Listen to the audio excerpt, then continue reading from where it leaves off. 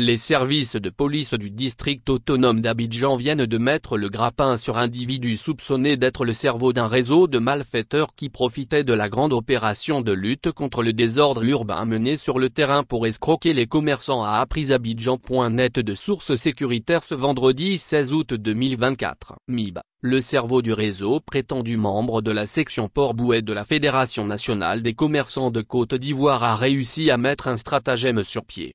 Ce dernier se faisait passer, auprès des commerçants, pour un collaborateur du colonel Aka, commandant de la brigade de lutte contre le désordre urbain, prétendant pouvoir leur offrir une protection contre les sanctions liées à l'interdiction du commerce ambulant dans les grandes artères d'Abidjan. En échange d'un document censé les autoriser à poursuivre leurs activités malgré l'interdiction en vigueur, il exigeait la somme de 7 500 francs CFA pour les commerçants ivoiriens et la somme de 26 000 francs CFA pour les non-ivoiriens.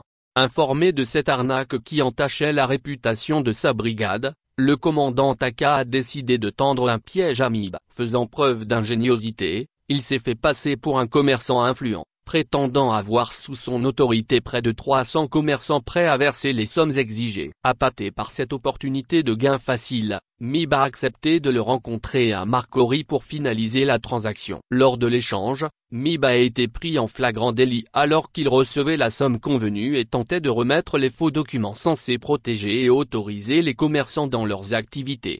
Arrêté sur le champ, ce jeudi 8 août, MIB a été conduit au commissariat du 6e arrondissement, où il a été placé en détention. Une enquête a immédiatement été ouverte pour identifier d'éventuels complices et démanteler tout le réseau d'escrocs. Il faut rappeler que toute personne reconnue coupable de tels actes d'extorsion ou de complicité dans cette affaire s'expose à des poursuites judiciaires sévères.